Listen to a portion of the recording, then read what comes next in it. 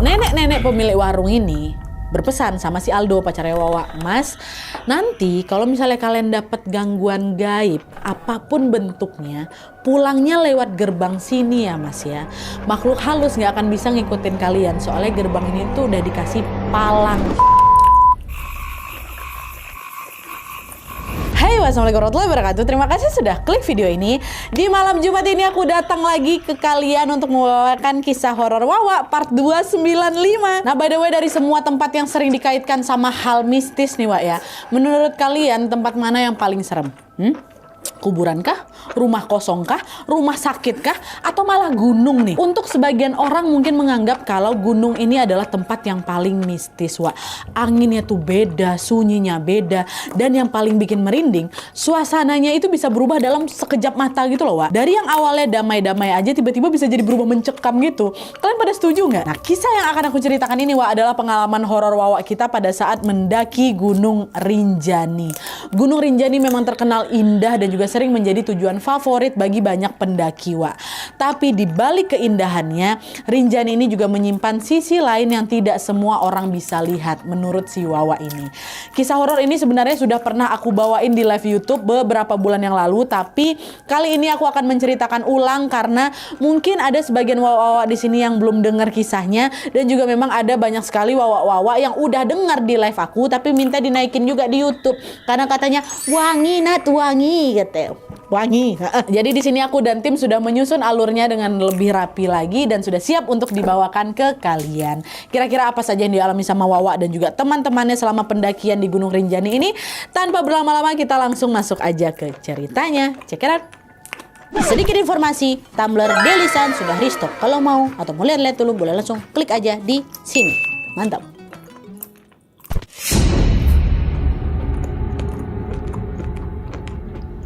Oke Wak, jadi kisah yang akan aku ceritakan malam ini dikirim sama Wawa kita yang bernama Hilma dari Lombok. Halo Hilma. Nah, jadi Wak, pengalaman horor ini dialami oleh Hilma dan juga teman-temannya pada saat mendaki Gunung Rinjani pada tahun 2012 yang lalu, Wak. Nah, jadi kisah ini tuh bermula ketika Hilma ini berpacaran sama kakak kelasnya, kakak tingkatnya di kampus yang bernama Aldo. Nah, pada masa itu Wak, Aldo ini udah di semester akhir mau lulus kuliah gitu. Sebelum pisah sama teman-teman kampusnya, Aldo pun berinisiatif untuk mengadakan kegiatan yang lumayan berkesan, Wak, yaitu mendaki Gunung Rinjani. Nah, ajakan itu pun langsung disambut antusias tuh kan sama kawan-kawannya Aldo. Pada banyak yang setuju mau ikutan juga. Ayolah Wak, kita pisah nih sebelum kita nanti berjuang bekerja masing-masing. Ayo kita mendaki gunung rame-rame gitu. Nah, supaya makin rame, Wak, Aldo juga nawarin Hilma pacarnya ini. Dia nanya, "Yang, kamu mau nggak naik gunung sama teman-teman aku? Yang ikut banyak kok, ada 20-an orang, ada cewek-cewek juga," katanya. "Oh mau yang mau," kata Hilma. Udahlah tuh, setelah semuanya setuju, mereka pun segera menentukan tanggal pendakian, yaitu sekitar 1 minggu setelah mereka janjian tadi, Wak. Dah, hari pun berlalu dan tanpa terasa hari H yang mereka tunggu ini pun tiba, hari pendakian. Pagi itu Aldo sama rombongannya berkumpul di kaki Gunung Rinjani, Wak. Di sana mereka membagi rombongan menjadi 3 kelompok nih. Masing-masing kelompok itu ditemani oleh satu pemandu yang memang sudah paham jalur. Waktu itu ada Indah yang mimpin kelompok 1, terus ada Rangga yang mimpin kelompok 2, terus ada Ilham yang mimpin kelompok 3. Udahlah itu dibagi 3 kelompok. Nah, selesai membagi kelompok, mereka pun langsung berkumpul, berdoa, dan juga mengikuti briefing singkat soal aturan pendakian tentang apa yang boleh, apa yang nggak boleh, dan di lokasi mana-mana saja yang boleh dipasang tenda, nanti nggak boleh gini, apa segala macam tuh lah. Di briefing lah sama mereka yang paham sama medan situ. Nah, selesai briefing, mereka mampir bentar tuh ke warung di dekat gerbang Gunung Rinjani ini untuk membeli beberapa perbekalan. Nah, pas mau bayar, nenek-nenek pemilik warung ini berpesan sama si Aldo, pacarnya Wawa, "Mas, nanti kalau misalnya kalian dapat gangguan gaib apapun bentuknya, pulangnya lewat gerbang sini ya Mas ya. Makhluk halus nggak akan bisa ngikutin kalian, soalnya gerbang ini tuh udah dikasih palang," kata si nenek itu. Dengar ucapan ini agak Aldo tuh agak, kok belum apa-apa udah dikasih warning mistis aja sama si nenek ini.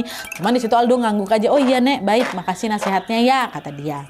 Nah, setelah membayar makanan, Aldo dan rombongannya pun segera, Wak, memulai pendakian menuju ke puncak Rinjani. Nah, di hari pertama pendakian, Wak, semua berjalan normal-normal aja, nggak ada keanehan apapun. Satu-satunya hambatan yang mereka alami pada saat pendakian itu yang mereka rasakan ya udah cuman kecapean aja, Nat, kata si Hilma. Nah, setelah berjalan cukup jauh, jalan-jalan, malam harinya mereka memutuskan untuk beristirahat, Wak, dan akan melanjutkan perjalanan keesokan harinya. Jadi mereka nggak satu hari langsung tajam puncak, nggak, istirahat dulu tuh, bermalam dulu gitu kan. Malam pun berlalu, udah istirahat mereka sekitar jam 4 subuh, Aldo sama rombongannya pun bangun untuk melanjutkan pendakian berikutnya. Nah, di hari kedua ini mereka memilih berjalan santai, Wak, sambil supaya bisa menikmati keindahan Gunung Rinjani. Tapi makin siang, trek yang mereka lewati ini makin nanjak lagi, Wak. Beberapa anggota udah mulai kelelahan tuh Nadia dan terpaksa berhenti sesekali, berhenti lagi untuk istirahat. Nah, karena sering berhenti, mereka tuh baru nyampe puncak Rinjani sekitar jam 4 subuh katanya, keesokan harinya, which is hari ketiga. Dan begitu udah sampai di puncak nih, mereka waktu itu antusias ngelihat sunrise, Wak. Wah, lihat senang-senang lah di sana, foto-foto. Setelah puas sunrise, Rangga si pemandu kelompok 2, Wak, ngajak kawan-kawannya buat, "Oh ya weh, turun yuk," kata gitu. "Nanti kita turunnya lebih cepat ya weh. Jalurnya udah nggak seberat pas naik kok, kan ini nurun. Jadi kalau misalnya kita gas terus, kita bisa nyampe bawah hari ini juga nih," kata si Rangga. Semua orang pun mengiyakan waktu itu dan juga mengikuti instruksi dari Rangga. Sepanjang perjalanan turun, mereka berjalan cepat tuh, Wak, macam lari kecil gitu lah kan, sambil udah bercanda-canda apa segala macam. Siang itu suasana masih terasa hangat, masih terasa aman-amanan ya, pokoknya menyenangkan lah gitu. Tapi kesenangan itu cuma sebentar, karena begitu sampai di tengah jalan, Wak, mereka mulai mengalami gangguan mistis yang sulit dicerna akal sehat. Nah, jadi di setengah perjalanan turun itu, Wak, rombongan mereka ini melewati hutan yang kanan kirinya dipenuhi pohon rindang. Nah, awalnya nggak ada sesuatu yang aneh di sana, Wak. Tapi pas aja baru nyampe di tengah hutan itu, situasi udah mulai berubah nih, Nat. Dari yang awalnya terang benderang kali itu mendadak berubah gelap kayak mau maghrib. Langit itu jadi kayak gelap gitu loh, Wak. Nah, sadar ada yang nggak beres, Hilma nanya ke si Aldo, yang kok suasananya jadi gelap kayak gini ya? Ini kita nggak salah jalan kah? Kata gitu. "Oh enggak kok, udah kamu ikutin aja lah jalan ke depan. Toh juga mereka udah hafal kali jalur sini," maksudnya ke kawan-kawan yang lain. Meskipun ragu sama ucapan pacar aku, cuman aku kayak, ya udahlah, mungkin memang ini karena hutan kali nih ya, mungkin gegara lebat kali hutannya makanya kelihatannya malam. Tapi waktu aku tengok langit itu memang gelap. Nah, tapi dia nggak mau memperkeruh suasana kan, dan lanjut jalan lagi lah nih si Hilma. Nah, setelah melewati hutan yang gelap tadi, di jam 2 siangnya mereka akhirnya sampai di danau, Wak. Sebuah danau yang namanya Segara Anak. Beberapa rombongan di sana kehausan nih, larilah mereka ke danau itu buat ngambil minum. Setelah ambil minum, Ilham si ketua kelompok ketiga bilang lagi, "Guys, kalau kita ngejar harus turun hari ini kayaknya nggak keburu lah. Semua pada capek juga, banyak cewek-cewek di sini. Gimana kalau kita bermalam aja dulu sini, kita nginap dulu sini biar lebih santai aja turunnya. Nggak ada kita kejar juga toh," kata si Ilham. "Iya juga weh, masa baru naik sehari langsung dipaksa turun, capek kali lah ini. Ya udahlah, kita nginap di sini aja lah dulu gitu. Aku nggak sanggup lagi nih kalau misalnya turun," kata mereka. Kata salah satu di antara mereka. Nah, karena mayoritas memilih untuk menginap atau bermalam dulu di sana, siang itu pun mereka si Rangga yang tadi maksa turun tuh, "Oh ya udahlah, yuk istirahat dulu kita di sini." Mereka pun mendirikan tenda di dekat danau itu untuk bermalam. Nah, selain mendirikan tenda buat beristirahat, Wak, mereka ini juga mendirikan satu tenda khusus untuk nyimpan perbekalan mereka di situ. Jadi sisa-sisa makanan atau stok-stok makanan masing-masing anggota dikumpulin lah di sana, terus disimpan jadi satu di tenda itu biar lebih rapi gitu loh, Wak. Terus nggak menuhin tenda tempat tidurnya mereka. "Udah taruh di sini semua ya," kata. "Udah taruhlah di sana." Setelah tenda ini berdiri, semua tenda juga berdiri, beberapa anggota yang cewek masak lah itu, Wak. Masak makanan gegara udah lapar mereka. Nah, pas lagi masak itu kan Hilma ikutan masak, Wak. Waktu lagi masak, Hilma ini ngeliat salah satu kawan pacarnya namanya Naya. Si Naya ini kok macam gelisah gitu, kayak lagi mikirin sesuatu dia. Nah, kayak gitu, Wak. Tapi belum sempat si Hilma itu nanya si Naya ini kenapa, tiba-tiba si cewek-cewek yang lagi masak ini semua dikejutkan dengan guncangan hebat dari tenda makanan. Ngapa tuh bergerak-gerak tenda tuh, Nat? Apa tuh? Nah, waktu mereka heboh kayak gitu, tiba-tiba tenda tuh diam. Tenda makanan tuh bergerak tuh loh. Karena penasaran, beberapa orang pun langsung lah tuh buru-buru ngedekat ke tenda itu kan.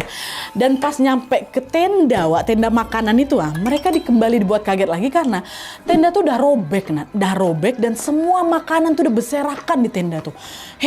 Apa nih? Siapa nih yang rusak? Siapa yang ngegoyang-goyangin tenda tuh juga? Coba cek tenda yang lain rusak juga nggak? Nah, rupanya yang rusak tuh cuma tenda makanan itu aja, Wak. Ngapa ya? Dan kami semua yang ngelihat itu, Nadia, waktu itu tuh bergoncang sampai dia diam lagi. Kami nggak ada nengok orang atau makhluk atau siapapun atau hewan lah yang keluar dari si tenda itu, tiba-tiba goyang, habis itu diam. Waktu dibuka, udah berantakan. Cepat kejadiannya tuh. Nah waktu itu lagi pada heran ini, Rangga muncul. Kan salah satu ketua kelompok kan muncul. Dia udah weh, tenang aja, ini mungkin udah kalian gak usah mikir macam-macam lah pokoknya. Mungkin tendanya habis diserang babi hutan. Cuman babi udah sempat kabur duluan. Nah perkataan si Rangga itu balik lagi diragukan sama cewek-cewek yang lihat. Karena memang dia sejak pertama kali kami nengok sana, kami tuh kami nggak ada dengar suara babi. Terus yang kedua, waktu itu beguncang sampai dia berhenti, kami nggak ada nengok babi keluar dari itu tenda. Jadi kok bisa ada babi di situ, kami nggak ngeh. Orang jaraknya juga nggak begitu jauh kok. Tapi udah, karena nggak mau ambil pusing sama hal itu, mereka masih juga mau coba positive thinking kan. Mereka pun mengiyakan perkataan Rangga tanpa berpikir macam-macam. Padahal yang nengok bukan aku aja, dan dia banyak yang nengok, si cewek-cewek itu juga nengok. Nah, setelah kejadian itu, malam harinya, ini masih di hari yang sama nih Wak ya, si Hilma lagi-lagi ngeliat. Tadi ada yang nggak biasa dari kawannya si Naya itu kan. Hilma nih lihat Naya nih bukan yang gelisah lagi, nah dia udah pucat mukanya. Sudah udah kayak, pokoknya makin gelisah lah. Dan kali ini si Naya terlihat lagi komat kamit mulutnya, macam lagi baca doa.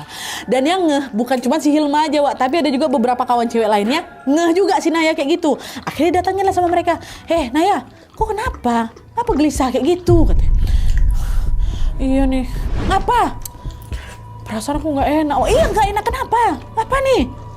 Tapi jangan marah dulu ya. Apa? Tadi siang Ajis, pacarnya si Ajis naik ke Gunung Baru sendirian Wak. Tapi sekarang dia belum datang. Nah by the way Wak, Gunung Baru ini adalah anak Gunung Rinjani kata Wawa, yang waktu itu juga baru dibuka untuk pendakian. Dengar itu panik mereka. Astagfirullahaladzim, dia pergi sendirian. Apa gak kau larang dia Naya? Kalau dia kenapa-napa gimana?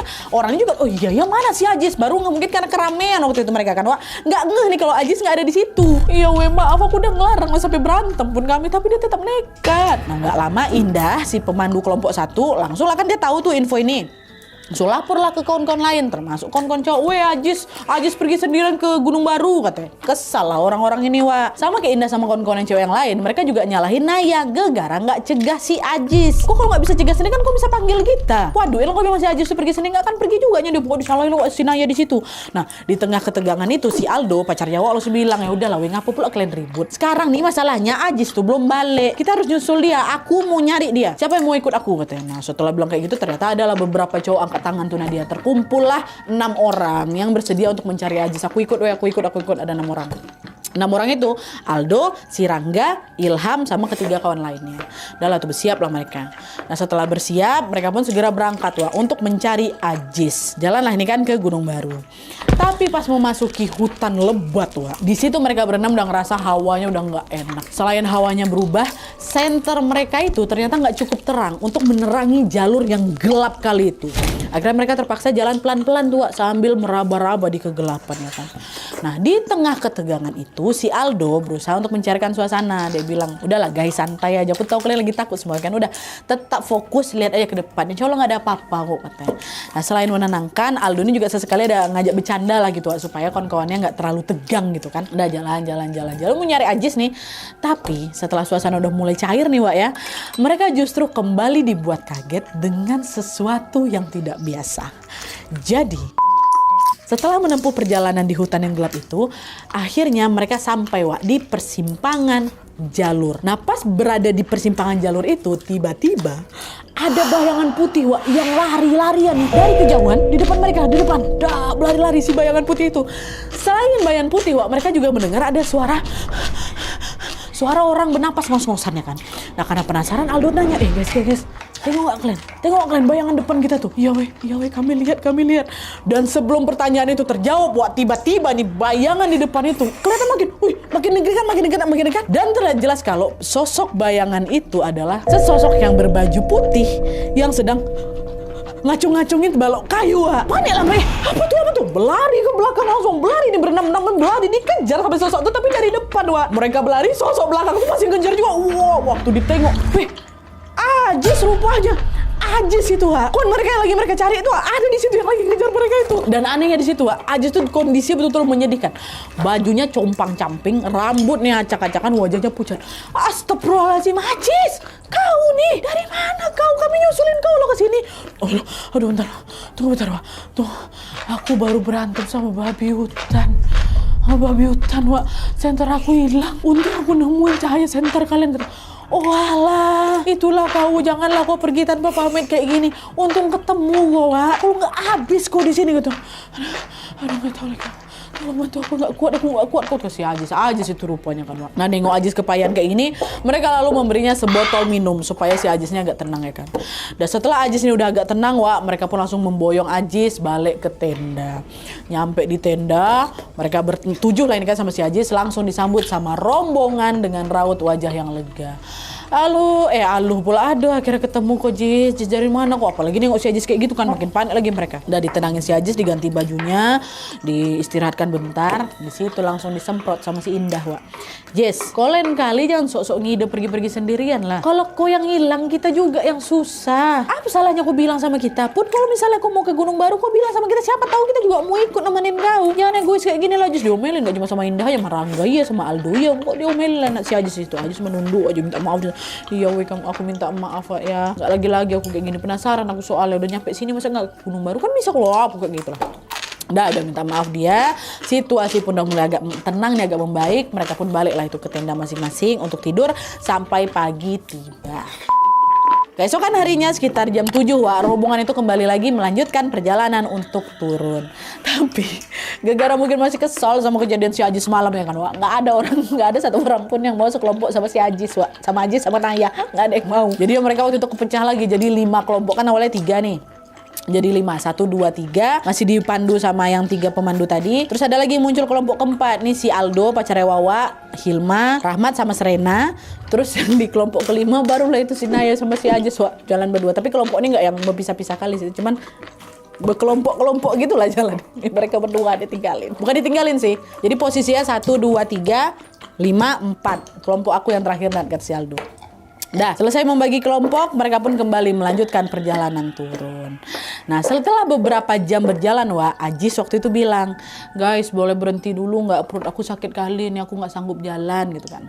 Iya, Ajis lagi gitu kan. Tapi ya udah, karena mereka kasihan, mereka berhentilah bentar itu nungguin si Ajis sampai dia ngerasa udah agak enakan lagi. Nah, nggak lama setelah itu mereka lanjutkan perjalanan lagi tuh, Wak. Tapi kali ini yang ada di kelompok 4, yang itulah tadi si Aldo, Hilma, Rahmat sama Senara itu, kelompok 4 ini yang malah mengalami kejadian mistis yang ekstrim, Wak. Jadi ceritanya setelah berjalan cukup jauh nih, rombongan mereka udah terpisah cukup jauh juga, Wak. Jadi kelompok 1 di depan, kelompok 2, kelompok 3, kelompok Naya tadi, Naya sama si Ajis kelompok 5. Nah, paling belakang nih, yang paling ketinggalan adalah kelompok Wawa sama pacarnya, kelompok 4, kelompok si Aldo. Nah, pada saat perjalanan ini, Wak, kelompok 4 ini ngerasa, kok kami tuh macam muter-muter di tempat yang sama. Nah, mungkin gara-gara itulah kami paling belakang ya kan. Mana kelompok mereka paling belakang lagi. Kok gak sampai-sampai, perasaan kita udah lewat sini lah gitu. Tapi mereka tetap melanjutkan perjalanan tuh, Wak. Sampai jam 11 malam, Nadia, kami nggak juga nyampe di bawah tuh. Cuma waktu itu memang kami banyak istirahatnya sih. Cuma kok bisa semalam ini gitu loh. Nah, di jam setengah 11 itu, Wak, tiba-tiba seluruh anggota kelompok 4 mendengar ada suara keramaian di belakang mereka. Tapi, nah nggak lama suara-suara itu bilang, woi, dari belakang. Nah, pas Aldo nengok ke belakang, nggak ada siapa-siapa, Wak. Aldo nanya ke kawan-kawannya, weh, kalian dengar suara barusan nggak? Katanya. Kelompok mana yang masih di belakang? Iya, weh, aku dengar. Tapi kelompok lain kan udah di depan kita loh ini paling belakang. Aldo diam aja kan. Oh iya, suara hewan itu mungkin cuma kedengarannya macam woi. Mungkin kita yang salah dengar kali ya. Udahlah weh, lanjut jalan lagi kan Salma. Udah jalan lagi Nan. Nah, nggak lama kemudian tiba-tiba out of nowhere kami papasan sama bapak-bapak yang kalau dilihat dari penampilannya, Wak, itu macam orang baru balik dari sawah. Ya. Bapak-bapak tuh nggak pakai baju, cuman pakai sarung aja, pakai sendal jepit, terus bawa keranjang yang dipikul di punggungnya. Jalan bapak. Kelihatan bapak tuh macam lagi mau naik ke atas nih dia. Disamperin sama si Aldo. Pak, permisi. Kira-kira masih jauh nggak Pak ya bisa sampai ke bawah Pak? Berapa jam lagi ya? Oh dekat kok, sekitar 1 jam lagi Nak. Udah dekat ini kata gitu. Oh 1 jam lagi, oke Pak. Baik, makasih ya Pak ya kan. Nah, setelah nanya kayak gitu mereka lanjut lah. Jalan ke arah yang berbeda. Aldo CS turun, si bapak ini naik ke atas ya kan. Nah pas baru beberapa langkah, nah dia Aldo baru ingat. Bapak tadi tuh bawa air minum nggak ya? Kebetulan air minum kami habis. Nah posisi pun semua nih berempat nih udah haus sekali. Nggak lama Aldo teriak ke Rahmat. Rahmatnya paling belakang. Wak panggil bapak tuh mintain coba airnya dikit lah gitu. Pas Rahmat tengok ke belakang, baru papasan si Rahmat tuh tengok ke belakang mau minta air, bapak tuh ngilang, betul-betul ngilang gitu aja Wak. Betulan baru papasan sama si Rahmatnya, hilang bapak tuh. Wak, bapaknya hilang kata si Rahmat dari belakang. Hah? Wih pada takut itu semuanya. Nah di situ kami juga baru Iya ya Wak, ngapain bapak tuh nyangkul tengah malam kayak gini? Terus mana ada orang naik gunung nggak pakai baju? Itu bapak tuh manusia apa bukan tuh ya? Kata baru ngeh di situ Wak. Nah pas semua baru ngeh di situ lah Wak.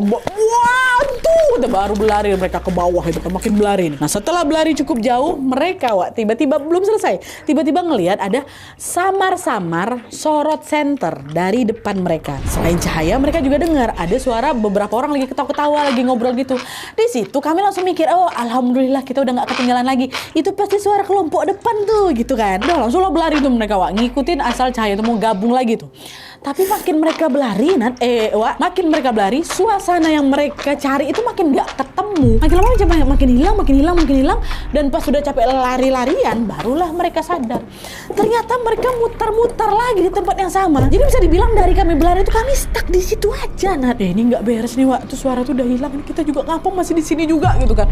Terus tiba-tiba tuh lagi bingung tuh, tiba-tiba suara tawa sama suara lampu senter depan gua. Terus bener-bener hilang dalam satu kedipan mata. Nengok itu mereka berempat cuma pandang-pandangan lah kan, bingung kan, apa nih Wak? Wah ada nggak betul nih.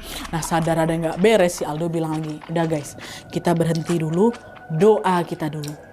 Siapa tahu memang lagi ada nih yang sengaja gangguin kita gitu. Instruksi itu pun langsung dituruti lah sama kawan-kawannya Aldo.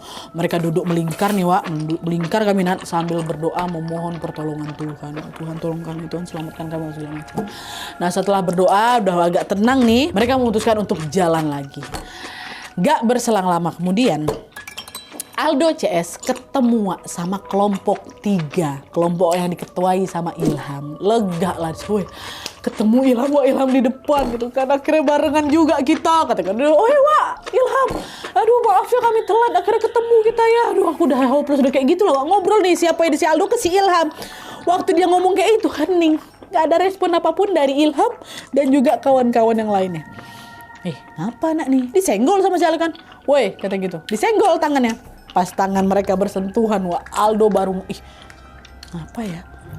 Dingin kali tangannya. Terus waktu disenggol tuh diam gitu loh Wak, kaku. Dan yang anehnya di sini Wak ya, kalau dingin udah aja lah dingin gitu ya.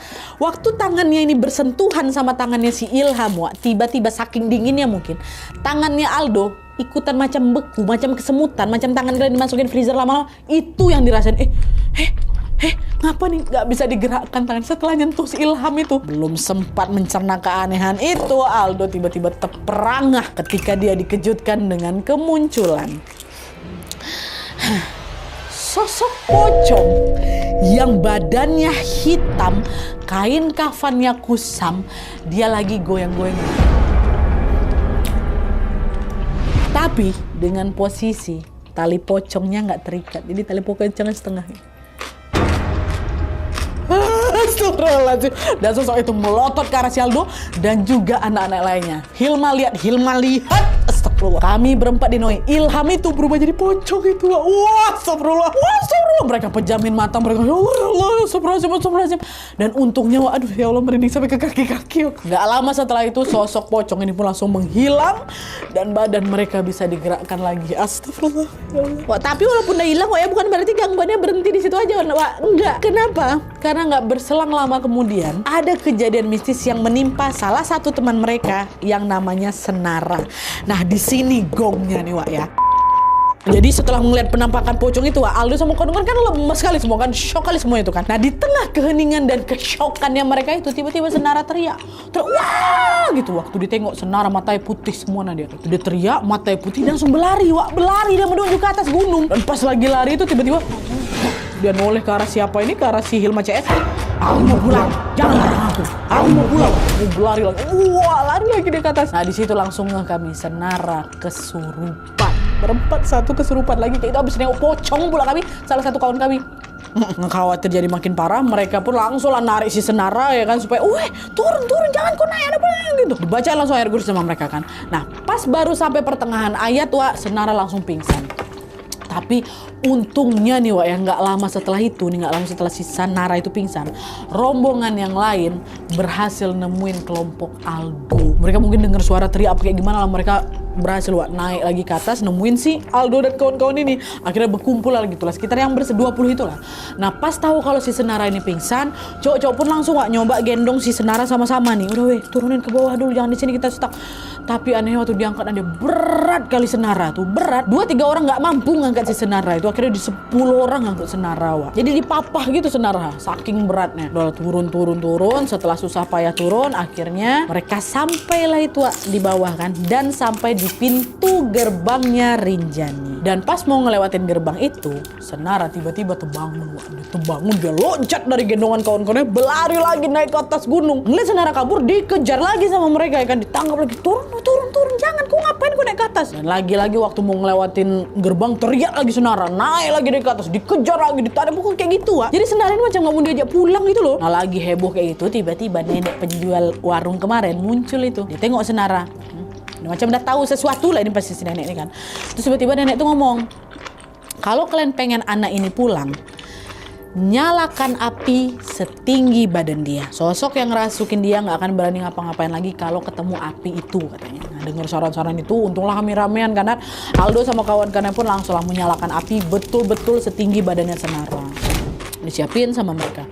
Dan setelah api itu dinyalakan, wah, langsung teriak kencang Senara, pingsan dia. Dan setelah pingsan beberapa jam, akhirnya si Senara ini bangun. Waktu bangun, ngapa guys? Ada apa nih? Kok aku di sini gitu? Nah di situ kawan-kawan langsung, oke, alhamdulillah sadar deh nih berarti. Udah balik deh nih. Cuman mereka nggak mau terlalu banyak omong Wak. Mereka takut Senara kesurupan lagi. Yuk nggak kita mau pulang gitu. Dan karena udah kehabisan tenaga semuanya dan semuanya juga pengen cepat pulang, mereka pun langsung ngajak si Senara turun nih Wak. Turun lewat gerbang meninggalkan Rinjani. Tapi ternyata keanehan belum berhenti di situ aja Wak. Ya bisa keluar gerbang itu bisa. Balik itu bisa, cuman keanehannya ini nih Pak. Ketika sampai di area kota, Senara yang juga ikut dalam perjalanan pulang dalam mobil itu, tiba-tiba ngomong, wah, wih, bagus sekali kotanya. Aku belum pernah lihat kota seindah ini. Wih, kayak gitu Wak. Kenapa Senara nih? Selain takjub sama pemandangan itu Wak, Senara juga takjub sama semua hal yang dia sentuh. Pas dia nengok motor lewat, dia senyum-senyum sendiri. Pas dia nengok HP, dia senyum-senyum sendiri. Bingung lah ini kenapa Senara nih kok kayak bukan Senara yang biasa. Nah tingkah aneh Senara pun terus berlanjut sampai beberapa hari kemudian Wak. Keluarganya yang tahu keanehan itu pun juga akhirnya bawa si Senara ini berobat lah kan ke orang pintar. Nah setelah di Terawang, katanya nih Wak ya, sosok yang merasuki Senara ini adalah sosok yang ngikut dia dari Gunung Rinjani itu. Jadi ternyata ngikut si sosok ini Wak. Dan setiap kali kerasukan, Senara ini akan dibuat macam ya gitu, macam lupa sama dirinya sendiri dan menjadi orang lain yang takjub dengan banyak hal di sekitarnya. Menurut kabar terbaru dari Hilma nih Wak ya, waktu Wawa yang ngirim cerita ini, sampai sekarang si Senara ini masih sering switch gitu loh, masih sering lupa diri Wak, gegara dirasuki lagi sama makhluk dari Gunung Rinjani itu sampai sekarang dari 2012 masih ngikutin sampai sekarang. Hampir berapa? 13 tahun berarti kan. Jadi bisa sewaktu itu ngomongnya bisa aneh kayak gitu, ngelihat sesuatu, wah bagus ya. Bisa lagi ngobrol tiba-tiba bisa nge-switch kayak gitu. Ya Allah Senara. Oke Wak, jadi itu tadi kisah mistis yang dialami Hilma dan juga kawan-kawannya pada saat mendaki Gunung Rinjani. Gak ada yang nyangka waktu itu kalau Senara yang waktu berangkat masih sehat, masih ceria, pulang-pulang malah jadi kayak orang lain. Mungkin ada juga yang nanya, emang si Senara bikin kesalahan apa Wak Hilma sampai dia kayak gitu? Kata Wawa, dia juga nggak tahu. Setahu kami waktu naik juga baik-baik aja, nggak ada konflik si Senara ini. Tapi kenapa Senara yang malah digituin? Di antara banyaknya orang Ajis, ya Ajis memang sampai berantem sama babi hutan tuh apa? Entah babi hutan tanda tuh, tapi kan dia nggak sampai separah si Senara ini. Tapi terlepas apapun penyebabnya, Wak, kita doakan saja semoga Senara bisa pulih sepenuhnya dan kembali seperti dulu lagi. Amin ya robbal alamin. Oke Wak, jadi itu tadi kisahnya. Kalau misalnya kalian juga pengen berbagi kisah horor, boleh langsung kirim aja ke email kisahhororwawa@gmail.com. Jangan lupa sertakan juga nomor WhatsApp sama Instagram kalian supaya nanti kami gampang hubungin kalian kalau misalnya kisahnya di update video selanjutnya. Oke Wak, jadi sekian dulu videonya. Terima kasih banyak yang sudah menonton. Kalau kalian suka video ini, klik like-nya. Jangan lupa komen di bawah